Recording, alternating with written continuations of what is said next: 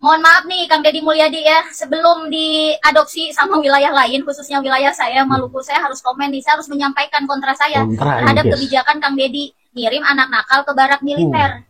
Karena nih roman-romannya udah dapat lampu hijau dari istana, didukung juga sama Menteri HAM, kagak tahu juga itu dia mikirnya rumusannya kayak mana sampai dia menyetujui gitu ngirim anak nakal ke barak militer. Saya nggak paham pemahamannya dia tentang hak asasi itu apa, hak asasi anak itu apa.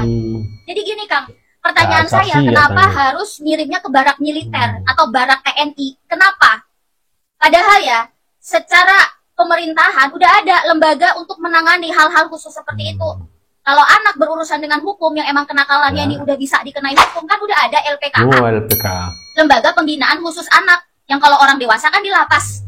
Anak-anak di LPKA yang emang harus dibina. Karakternya, kejiwaannya, mentalnya, dan lain-lainnya.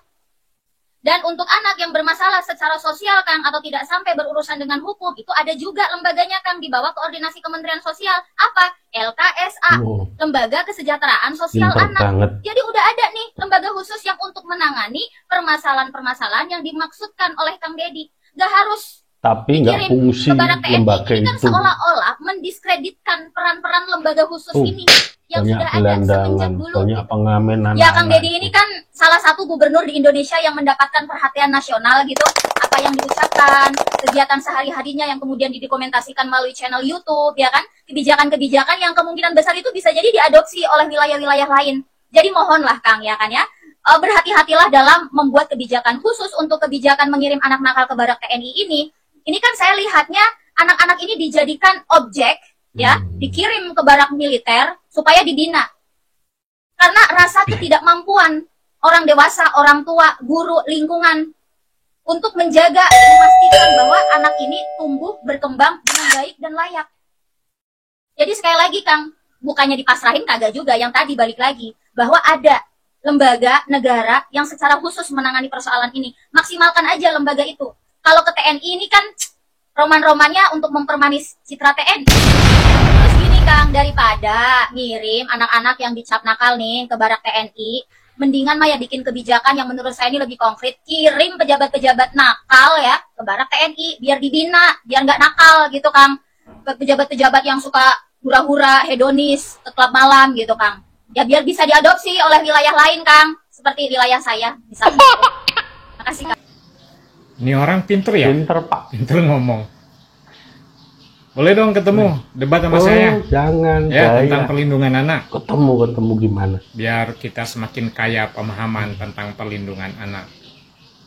Apa nama akunnya? Saya mau ajak diskusi.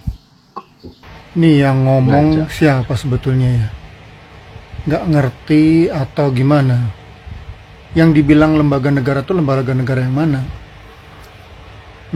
Lembaga negara yang baru kemarin dibuat atau lembaga negara yang sudah ada sebelumnya, sebelum Kang Deddy jadi gubernur? Kalau memang lembaga itu baru dibuat kemarin nih, setelah Kang Deddy kerjasama dengan TNI untuk melakukan pembinaan kepada anak-anak, oke, mungkin belum kelihatan kerjanya. Tapi kalau kemudian lembaga negara itu sudah ada sebelumnya, jauh sebelum Kang Deddy jadi gubernur, lah terus mana buktinya? Mana buktinya? Anak-anak masih aja tuh yang nakal-nakal masih aja tawuran, masih aja bawa-bawa samurai di tengah jalan, aja yang ada. Masih aja pembulian, masih aja ada yang menganiaya orang tua, masih. Lalu kerjanya si lembaga itu apa? Apa buktinya, apa faedahnya lembaga yang kamu sebut itu apa? Nggak ada. Lawang sudah dibuat sebelum-sebelumnya juga nggak ada buktinya kok, nggak ada dampaknya kok. Mana? Mengandalkan sesuatu yang nggak ada gunanya itu percuma.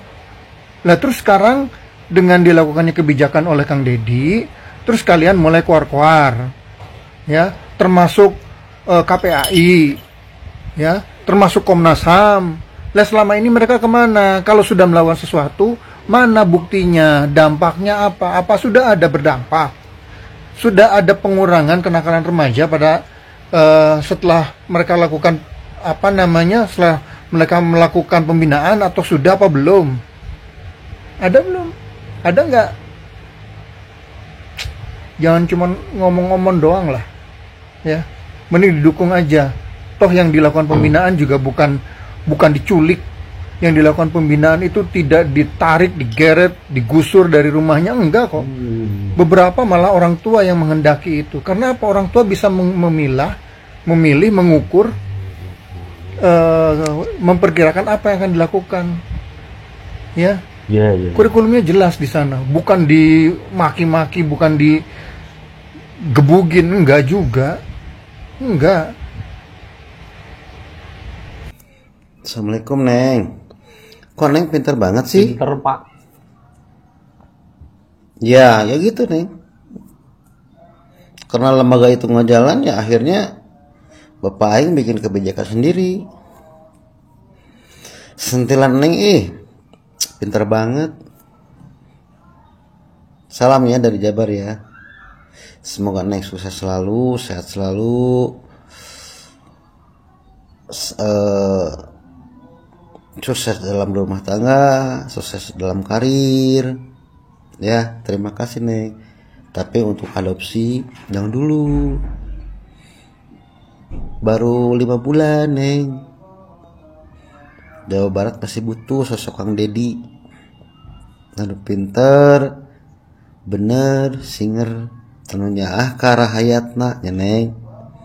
Nanti dulu ya Neng ya. Sok sekarang Neng sing sehat.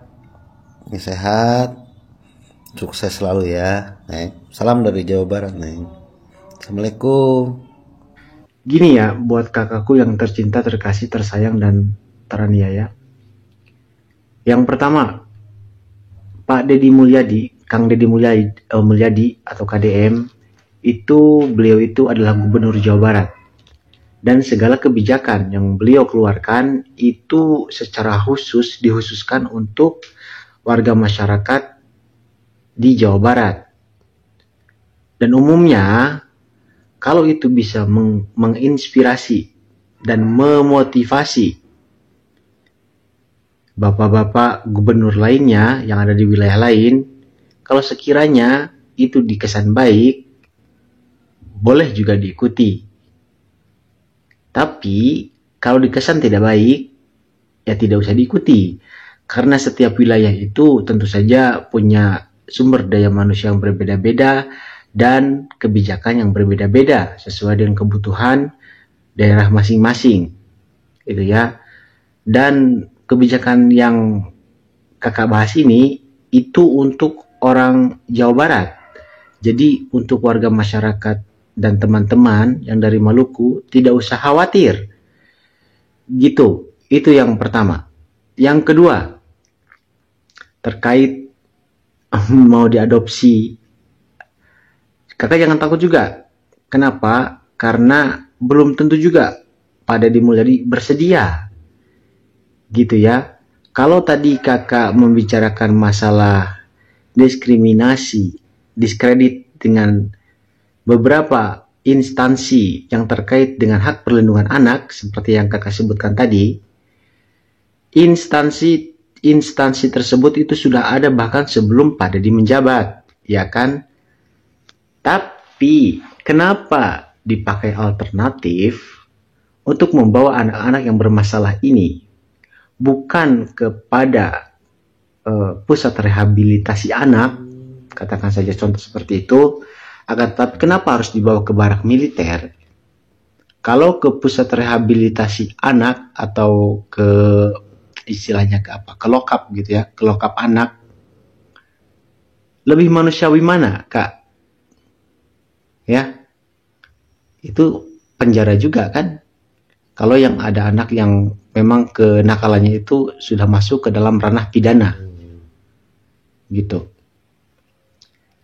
Jadi kalau masalah diskriminasi, diskredit di sini, apakah kakak berpikir kalau di barak bapak-bapak TNI itu di sana isinya bukan manusia?